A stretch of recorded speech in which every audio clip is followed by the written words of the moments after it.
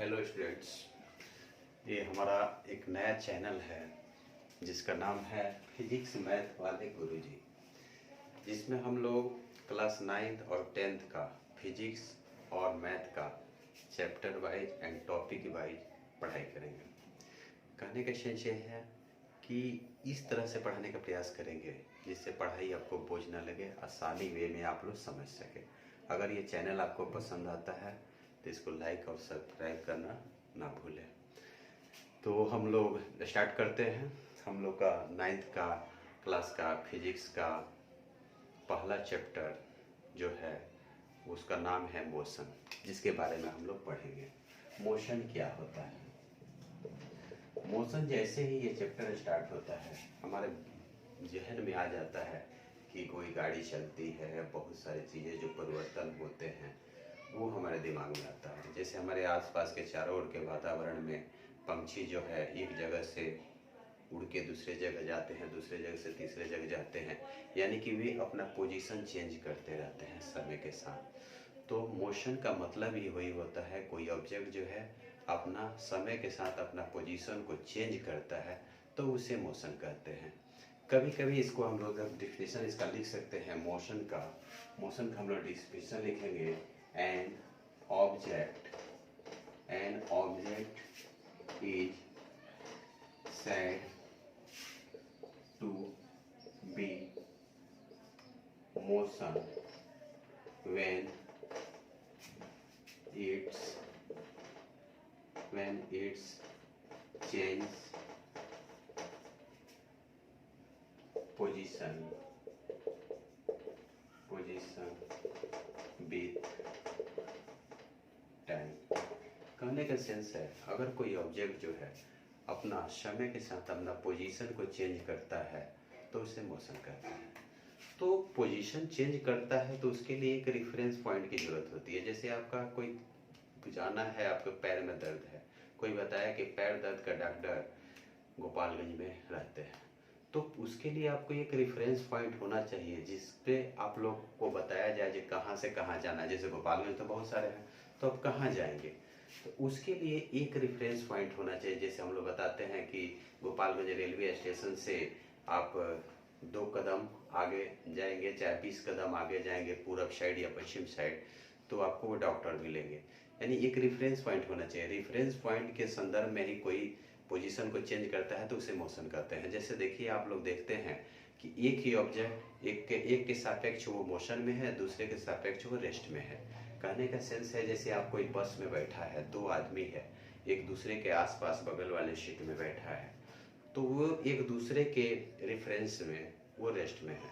लेकिन जो बाहर आदमी बैठा है वो देख रहा है कि वो अपना समय के साथ पोजीशन को चेंज कर रहा है।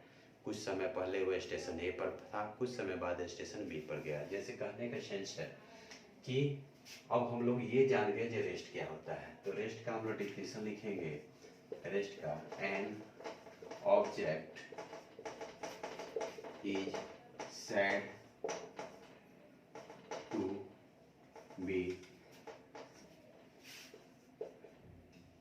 state of rest when do not change position with time। अगर कोई ऑब्जेक्ट अपना पोजीशन को समय के साथ चेंज नहीं करता है तो उसे रेस्ट करते हैं।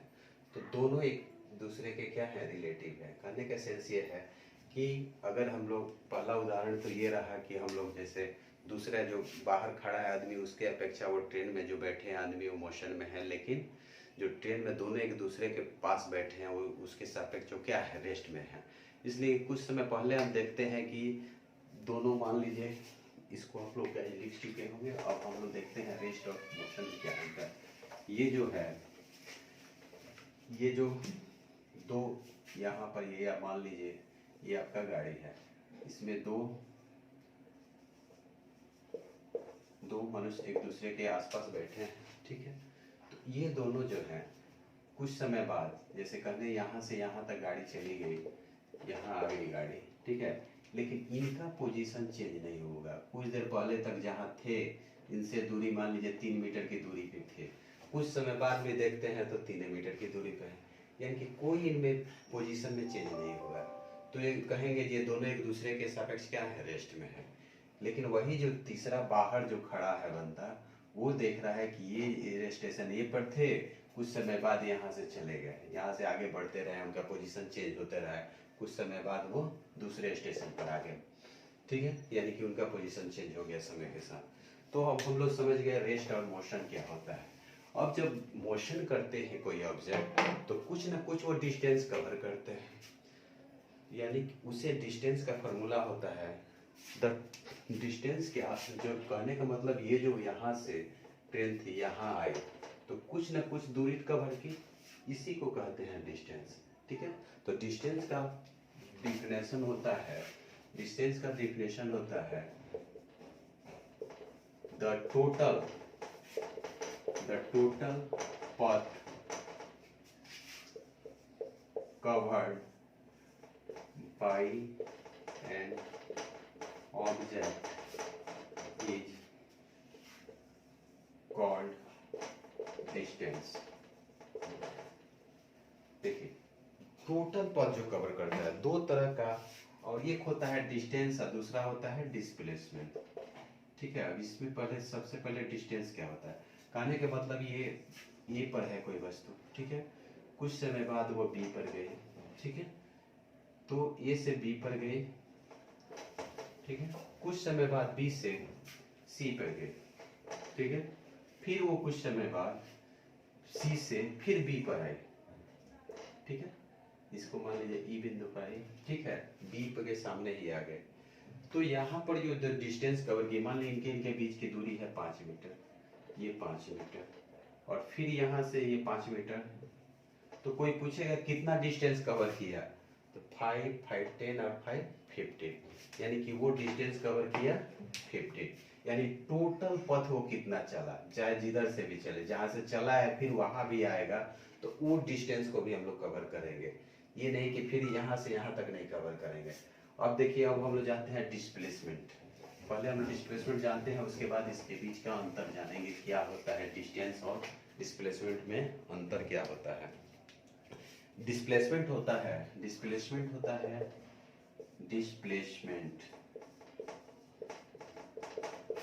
द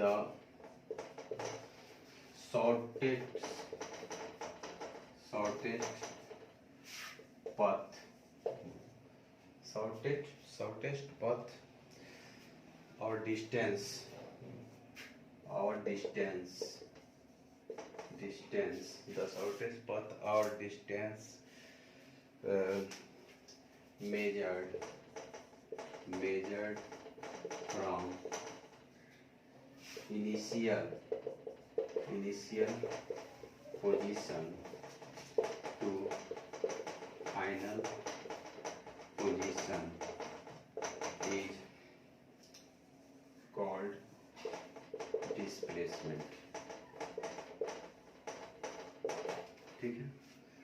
कहने का सेंस है डिस्टेंस और डिस्प्लेसमेंट का अंतर क्या होता है, दोनों तो ये दूरी कवर करता है, डिस्टेंस भी कवर करता है और डिस्प्लेसमेंट भी कवर करता है, लेकिन अंतर ये होता है, इसमें पूछता है the shortest path distance measured from initial position to final position is called displacement.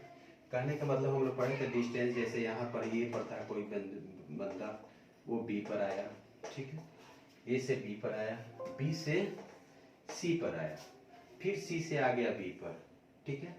तो डिस्टेंस तो हम लोग जैसे 5 मीटर गया, ये 5 मीटर गया, ये 5 मीटर गया, तो अब कोई पूछेगा डिस्टेंस कितना कवर किया, तो ये डिस्टेंस कवर किया आपका 15 मीटर, ठीक है। कोई पूछेगा उसका डिस्प्लेसमेंट कितना हुआ, माने कहाँ से आप कहाँ गए, कहने का मतलब हम जहाँ से गए फिर वहां आ गए, तो कहने का मतलब डिस्प्लेसमेंट आपका कितना हुआ, 0। आप जहाँ से गए तहाँ फिर आ गए, 0 हो गया, लेकिन डिस्टेंस आप कवर किए, गए वो दूरी भी जोड़ा जाएगा और जब आए हैं वो भी जोड़ा जाएगा, यानी डिस्टेंस और डिस्प्लेसमेंट में यही फर्क होता है। अब यहाँ पर आपका डिस्टेंस हो गया 15 मीटर, अब कोई कहेगा आपका डिस्प्लेसमेंट कितना हुआ, आप कहाँ तक गए, तो डिस्प्लेसमेंट आपका हो गया शॉर्टेस्ट पथ, माने सबसे छोटी दूरी, तो सबसे छोटी दूरी ए और बी बिंदु के बीच की दूरी है, ठीक है। ए और बी के बिंदु के बीच की दूरी कितनी है, ठीक है। और ये आपका इनिशियल पोजीशन है जहां से आप स्टार्ट किए हैं, ये फाइनल पोजीशन है यहाँ जहां आपका लास्ट हुआ है, बी लास्ट पोजीशन है। तो इन दोनों के बीच की दूरी को यहाँ पर लिखा है द शॉर्टेज पर distance measured from initial position. ये आपका इनिशियल पोजीशन ये है और फाइनल पोजीशन बी है। आप फाइनल बी पर आ चुके हैं, ठीक है। तो फाइनल पोजीशन के बीच की दूरी को हम लोग डिस्प्लेसमेंट कहते हैं, ठीक है। तो आपकी डिस्प्लेसमेंट हो गई मात्र 5 मीटर, लेकिन आपका डिस्टेंस कितना हो गया 15 मीटर। यानी डिस्प्लेसटेंस और डिस्प्लेसमेंट में यही फर्क है, आप तो आसानी से समझ गए। यानी डिस्प्लेसमेंट में क्या होता है कि उसमें शॉर्टेस्ट डिस्टेंस कवर जो होता है उसी को हम लोग डिस्प्लेसमेंट कहते हैं, ठीक है। अब जब यहाँ पर मोशन, तो मोशन जो हम लोग पढ़े हैं वो कई टाइप का होता है। मोशन जो है 2 टाइप का होता है, ठीक है। मोशन जो है 2 टाइप का होता है। एक होता है यूनिफॉर्म मोशन। क्या होता है? Uniform motion, uniform motion. Second होता है non uniform motion. Motion 2 types के होते हैं, एक होता है यूनिफॉर्म मोशन, दूसरा होता है non uniform motion. Uniform motion किसे कहते हैं और नॉन यूनिफॉर्म मोशन किसे कहते हैं? यूनिफॉर्म मोशन का हिंदी होता है, आप लोग जानिएगा, समरूप गति, और नॉन यूनिफॉर्म मोशन का हिंदी होता है असमरूप गति, ठीक है। तो कहने का मतलब है यूनिफॉर्म मोशन उसे कहते हैं जैसे यहाँ पर when an object covered equal distance in equal interval of time is called uniform motion, ठीक है। अगर कोई ऑब्जेक्ट जो है, ठीक है, इक्वल डिस्टेंस इक्वल टाइम में, ठीक है, when an object covered uniform, when an object covered equal distance in equal interval of time is called uniform motion. When an object covered equal distance in equal interval of time is called uniform motion। अगर कोई object जो है, object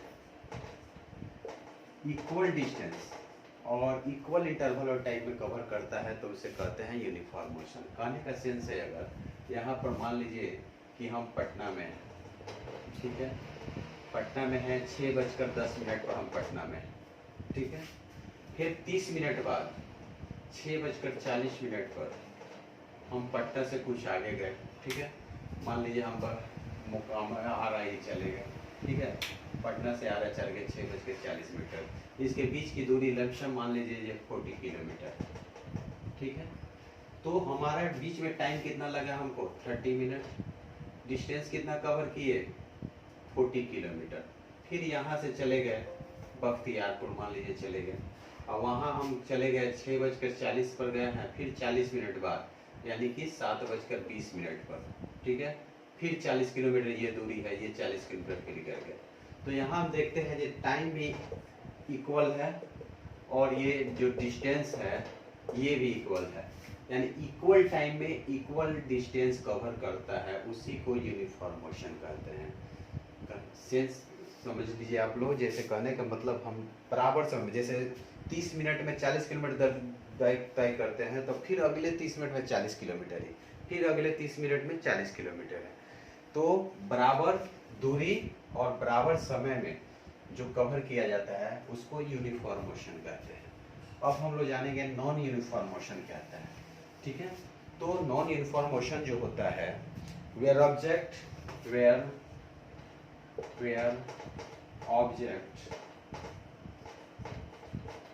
cover unequal distance in equal interval of time is called non uniform motion. देखिए कोई object जो है unequal distance, कहने का मतलब हम यहाँ से 30 किलोमीटर गया ए से बी तक 30 मिनट में, फिर अगले 30 मिनट में 15 किलोमीटर गया, फिर अगले 30 मिनट में 20 किलोमीटर गया। तो यहाँ देखिए ये जो टाइम जो है इक्वल टाइम है, लेकिन डिस्टेंस अनइक्वल है, बराबर डिस्टेंस नहीं है। तो इक्वल टाइम में अनइक्वल डिस्टेंस जो कवर करता है उसको नॉन यूनिफॉर्म मोशन कहते हैं। इक्वल टाइम लेकिन डिस्टेंस क्या होना चाहिए, अनइक्वल होना चाहिए, बराबर नहीं होना चाहिए। कभी 20 जाए, कभी 30 जाए, कभी 40 जाए, यानी डिस्टेंस बराबर नहीं होना चाहिए। टाइम बराबर क्या होना चाहिए, टाइम, यानी निश्चित समय में, समय अंतराल में अनिश्चित दूरी को तय करता है, उसे कहते हैं non uniform motion. Non uniform motion समझ गए आप लोग, मोशन समझ गए। तो मोशन जो करता है कोई वस्तु, तो कुछ ना कुछ कहते हैं ना, जो गति कर रहा है, चल रहा है, तो चल रहा है तो किस स्पीड से चल रहा है, कब तक पहुंचेगा दिल्ली, कब तक पहुंचेगा, उसके लिए हमें एक चीज की जरूरत होती है, स्पीड की। स्पीड हम ना जान चाहते हैं कि किस स्पीड से जा रही है।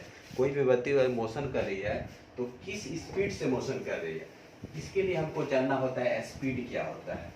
तो किसी गाड़ी का, जैसे कहने के हमारा स्थानीय कहता है 120 किलोमीटर जा रही है, कोई 100 किलोमीटर के दर से जाती है, तो हमको जानना होता है स्पीड, किस स्पीड। तो स्पीड क्या होता है स्टूडेंट, स्पीड जो होता है, ठीक है, the distance travel by an object per unit time is called the distance travel by an object per unit time is called speed. ठीक है, कोई भी डिस्टेंस जो है, कोई वस्तु जो ट्रेवल करती है ऑब्जेक्ट पर यूनिट टाइम, इकाई समय में कोई वस्तु जितनी दूरी तय करती है उसको हम लोग स्पीड कहते हैं।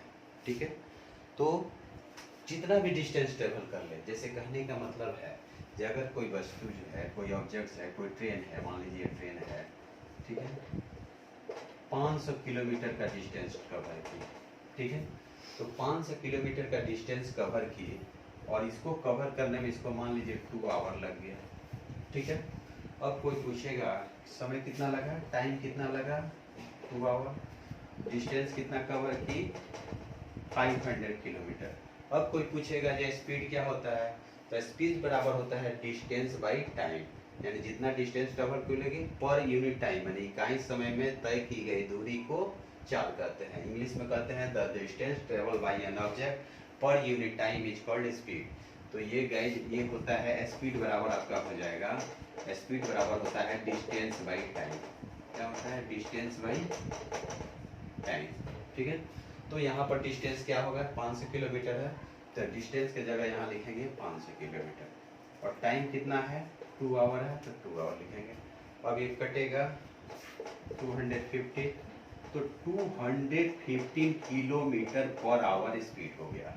ठीक है, और इसका क्या होता है, इसका यूनिट जो है किलोमीटर पर आवर है। ठीक है, दूरी का मात्रक क्या होता है, इसको मीटर पर सेकंड में भी मापते हैं। ठीक है, तो इसको हम लोग मीटर पर सेकंड में आसानी से चेंज कर सकते हैं। 215 है, उसको 5/18 से जब हम लोग मल्टीप्लाई करेंगे तो मीटर पर सेकंड में आ जाएगा। तो स्पीड आप लोग समझ गए, the distance travel by an object per unit time is called speed. Speed के बाद आता है average speed.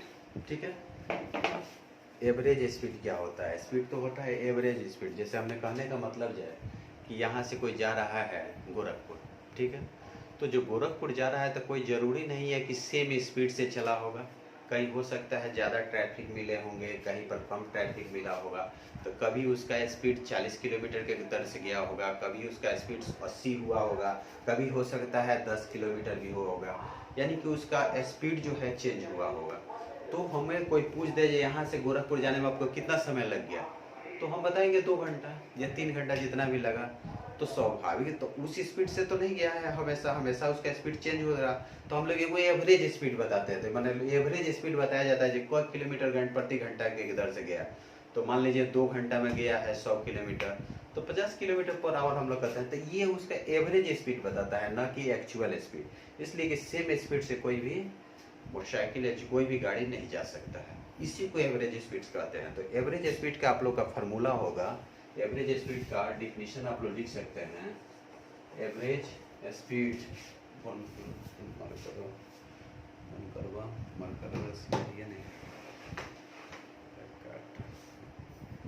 Hello students, technical file के चलते थोड़ा सा विलम्ब हुआ, इसके लिए क्षमा चाहेंगे।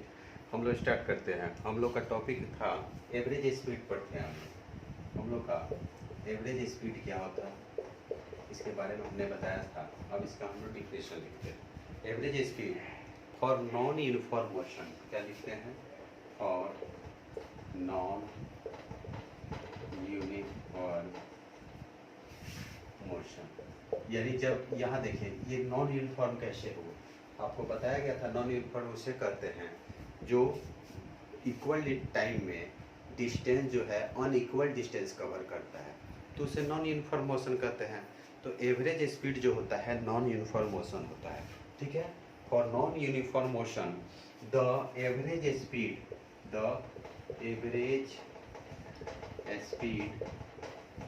Of an object, the average speed of N object is obtained by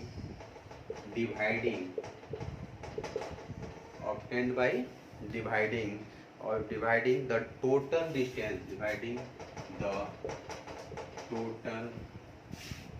distance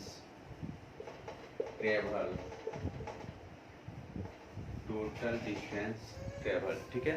total distance travel by an object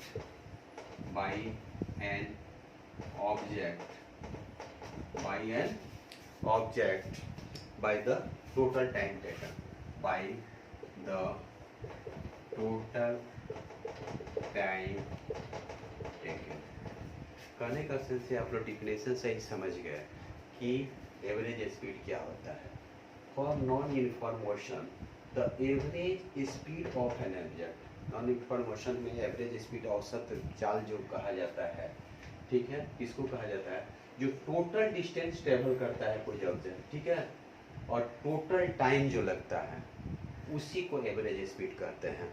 total distance travel करने में टोटल टाइम कितना लग रहा है कहने के लिए हम लोग अभी बता रहे थे। जैसे हम लोग मान लीजिए यहाँ पर गोपालगंज में, ठीक है, गोपालगंज में, ठीक है, गोपालगंज से हमें मान लीजिए मोटरसाइकिल से चले यहाँ से, ठीक है, यहाँ मेरा डिस्टेंस है गोपालगंज, ठीक है, यहाँ से यहाँ तक दूरी है 100 किलोमीटर, लमसम 120 भी मान सकते हैं, 120 ही मान लीजिए, ठीक, 120 किलोमीटर दूरी है, ठीक है।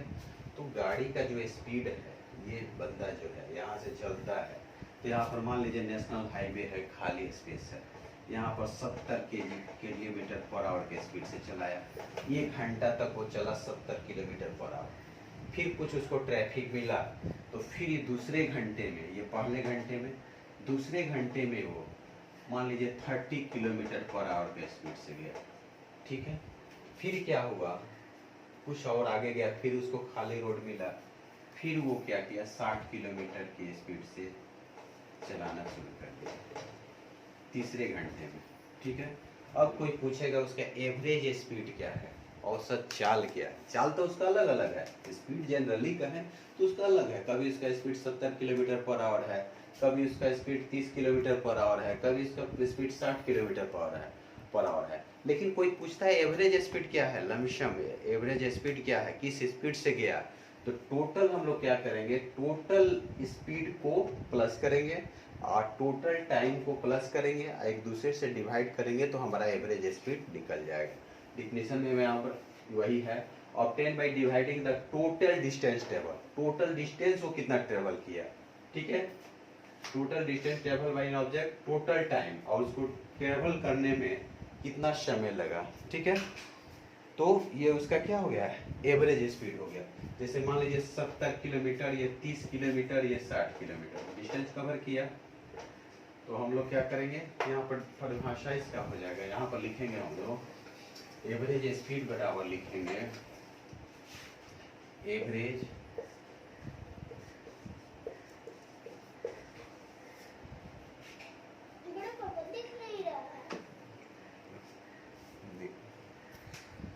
हेलो स्टूडेंट, हम लोग थे एवरेज स्पीड। यहाँ पर जो एवरेज स्पीड जो होता है, एवरेज स्पीड बराबर होता है total distance travel by total time taken. यानी टोटल डिस्टेंस कितना कवर किया। मान लीजिए पहले घंटे में 30 किलोमीटर गया, दूसरे घंटे में 40 किलोमीटर, फिर तीसरे घंटे में, जैसे कोई पहले घंटे में 30 किलोमीटर गया, फिर दूसरे घंटे में 40 किलोमीटर गया, फिर तीसरे घंटे में 50 किलोमीटर गया, ठीक है। तो टोटल एवरेज स्पीड उसका क्या हुआ। तो यहाँ पर सबसे पहले फार्मूला में है टोटल डिस्टेंस टेबल। तो टोटल डिस्टेंस टेबल कितना किया, 30 किलोमीटर, यहाँ पे लिखेंगे 13 kilometre plus 14 kilometre plus 15 kilometre by total time taken. Total time कितना लिया, 1 घंटा, 2 घंटा, 3 घंटा, ठीक है। तो 3 आवर, ठीक है। टोटल 3 घंटा लगा उसको डिस्टेंस कवर करने में। इसको जब ऐड करेंगे 40, 40, 19, 120 हो जाएगा बाई 3। ये किलोमीटर है, ये आवर है, तो ये आवर है। इसको जब कटाएंगे 40, तो उसका एवरेज स्पीड हो जाएगा 14 किलोमीटर पर आवर, ठीक है। यहाँ पर तो इसका स्पीड देखिएगा था 30 किलोमीटर पर आवर है, यहाँ 14 है, ठीक है। तो यहाँ पर 14 किलोमीटर पर आवर है, यहाँ 15 किलोमीटर पर आवर है, लेकिन यहाँ पर एवरेज उसका स्पीड हो गया 14 किलोमीटर आवर। इसी को एवरेज स्पीड हम लोग कहते हैं। अब स्पीड के बाद आते हैं वेलोसिटी पर। वेलोसिटी क्या होता है, देखिए वेलोसिटी और स्पीड, ठीक है, सेम चीज है, लेकिन अंतर क्या है कि उसमें डायरेक्शन होता है और स्पीड में डायरेक्शन नहीं होता है, ठीक है। स्पीड में कोई भी डायरेक्शन नहीं होता है कि किधर जाना है, कोई डायरेक्शन की चर्चा नहीं होती है। लेकिन वेलोसिटी में जो होता है ऑब्जेक्ट, उसमें डायरेक्शन का जिक्र होता है कि कहाँ से कहाँ तक जाना है, ठीक है, किस जगह से किस जगह तक जाना है, यानी कि डायरेक्शन भी दिया रहता है। जैसे पटना से दिल्ली जाना है, अब यहाँ पर स्पीड में कोई दिया नहीं रहता है, 80 किलोमीटर घंटा गया, किधर गया, कहाँ गया, कोई डिस्कस नहीं है। लेकिन यहाँ पर जो होता है वेलोसिटी में, तो उसमें क्या होता है, डिफिनिट डायरेक्शन होता है। तो हम लोग वेलोसिटी को कह सकते हैं, वेलोसिटी का डिफिनेशन होगा velocity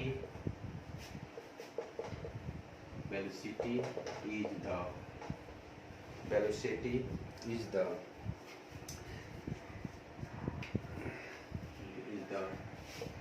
speed of an object in definite direction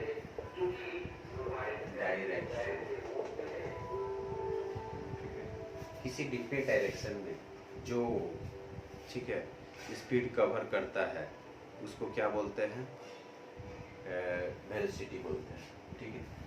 तो वेलोसिटी का हम लोग कहें कि मात्रक यूनिट क्या होता है, तो वेलोसिटी दूरी को हम लोग किसमें मापते हैं, मीटर में, टाइम को हम लोग सेकंड में मापते हैं। तो वेलोसिटी का मात्रक हो गया, यूनिट हो गया मीटर पर सेकंड।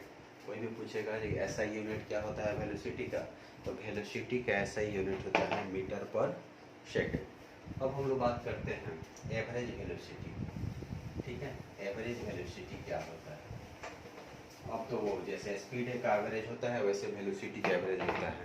तो एवरेज वेलोसिटी जो होता है, एवरेज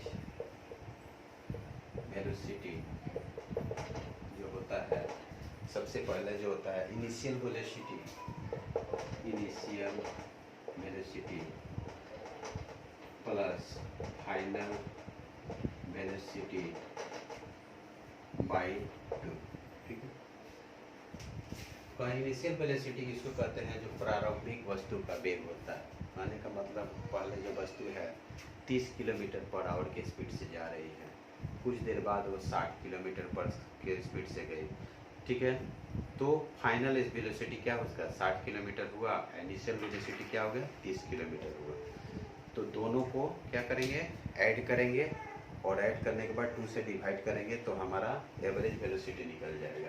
कहने के सेंस है पहले घंटे में 30 किलोमीटर पर आवर के स्पीड से जा रही है, लास्ट में उसको देखा गया ट्रेन का तो उसका स्पीड है 60 किलोमीटर पर आवर, ठीक है।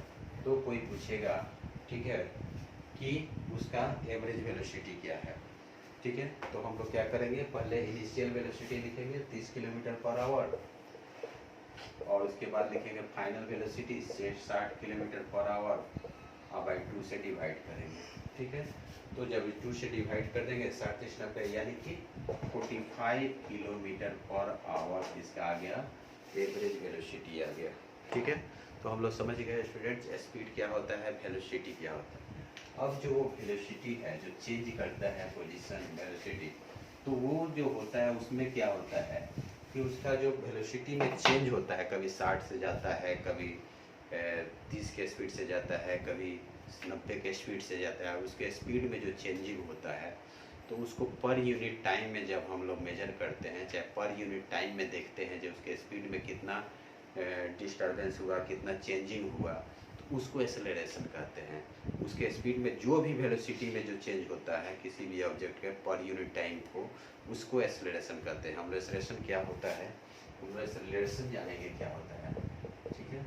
एक्सेलरेशन का डिफिनीशन होता है change in velocity, change in velocity, change in velocity per unit time is called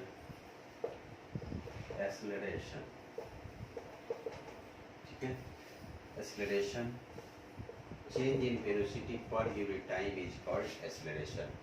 कहने का मतलब त्वरण, जिसको हिंदी में बोलते हैं त्वरण और इंग्लिश में बोलते हैं एक्सेलरेशन, जिसका डिफिनीशन होता है कि change in velocity per unit time is called acceleration, यानी हिंदी में इसको कहते हैं वेग परिवर्तन की दर को त्वरण कहते हैं। माने वेग में किस दर से परिवर्तन हो रहा है, ठीक है। कभी 60 से जा रही है, कभी 30 से जा रही है, कभी 40 से जा रही है, तो उसके वेग में परिवर्तन हो रहा है। इसको हम जब समय के सापेक्ष मापते हैं तो उसी को एक्सेलरेशन कहते हैं। जैसे गाड़ी जैसे 60 के स्पीड से चल रही है, कभी हम ब्रेक अप्लाई करें तो उसका स्पीड 0 किलोमीटर पर आवर हो गया, उसके बाद 10 किलोमीटर पर आवर हुआ, तो कितने समय में हुआ, 2 घंटा, 4 घंटा, 5 सेकंड, 10 सेकंड। तो जब हम उसको जो उसमें वेलोसिटी में चेंज होगा उसको समय से जब डिवाइड करेंगे उसी को एक्सेलरेशन कहते हैं, ठीक है। कोई भी चेंजिंग जो हुआ है उसमें जो समय से डिवाइड करेंगे उसको, अब हम लोग जनरली इनिशियल वेलोसिटी, तो change in velocity per unit time is called acceleration. Acceleration बराबर होता है initial velocity plus final velocity by 2, ठीक है। कुछ देर के लिए मानते हैं जो कोई ऑब्जेक्ट जो है 25 किलोमीटर पर आवर के स्पीड से चल रही है, कुछ देर बाद उसका स्पीड हो गया 50 किलोमीटर पर आवर, ठीक है। तो आपका ये जो शुरू वाला इसका जो प्रारंभिक वेलोसिटी हो गया 25 किलोमीटर पर आवर, और फाइनल वेलोसिटी उसका हो गया 50 किलोमीटर पर आवर। तो इन दोनों को ऐड करते हैं, क्या करते हैं, ऐड करते हैं, यानी कि 25 प्लस 50, और कितना से डिवाइड करते हैं 2 से, 75/2 यानी 37/5, ठीक है, किलोमीटर, ठीक है। यहाँ भी घंटा आ गया, ये भी घंटा हो गया, आवर स्क्वायर हो गया, ठीक है। लेकिन इसका मात्रक होता है, आप लोग जानते हैं कि हम लोग इसको मीटर पर सेकंड स्क्वायर में मापते हैं, यानी कहने का सेंस है इसको हम लोग मीटर पर सेकंड में इसके इसका मात्रक होता है, एक्सेलरेशन का मात्रक होता है यूनिट ऑफ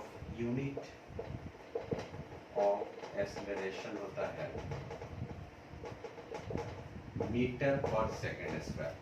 यानी डिस्टेंस को हम लोग मीटर मानते हैं और दूरी किसको सेकंड में मानते हैं। तो इसका एक्सेलरेशन का क्या हो गया, यूनिट हो गया मीटर पर सेकंड स्क्वायर। हाँ, तो हम लोग इसको यहीं तक ख़त्म करते हैं, ठीक है। और अगला जो चैप्टर है पार्ट 2 में हम लोग पढ़ेंगे ग्राफिकल रिप्रेजेंटेशन ऑफ मोशन, जिसमें हम लोग ग्राफ पर कैसे इसको हम लोग रिप्रेजेंट करेंगे उसके बारे में सीखेंगे। That's all, thank you.